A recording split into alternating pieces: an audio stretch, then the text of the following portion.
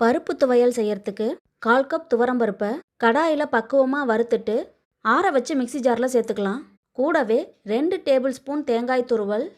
இந்த துவையல் காரமாக இருக்கக்கூடாது, மைல்டான காரத்தில் இருந்தால் தான் நல்லாயிருக்கும். அதனால் 2 மிளகாய் சேர்த்தா போதும். கூடவே 3 பல் பூண்டு. பூண்டை வதக்கக்கூடாது, பச்சையாக தான் சேர்க்கணும். இந்த துவையலை உடம்பு சரியில்லாமல் இருக்கிறவங்களுக்கு பத்தியத்துக்காக கொடுப்பாங்க. இந்த மிளகா காரம் கம்மியாக இருக்கும், அதனால தான் 2 சேர்த்துருக்கேன். காரம் அதிகமான மிளகாயாக இருந்தால் 1 மிளகா போட்டால் போதும்.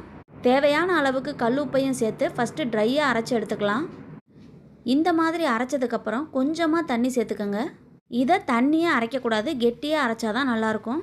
இந்த துவையலுக்கு தாளிப்பு கொடுக்கணும்னு அவசியம் கிடையாது. புளி சாதம், புளிக்குழம்புக்கு கூட இது மேட்சிங்காக இருக்கும். இப்போ ரொம்ப ஹெல்த்தியான டேஸ்டியான துவரம்பருப்பு துவையல் ரெடி.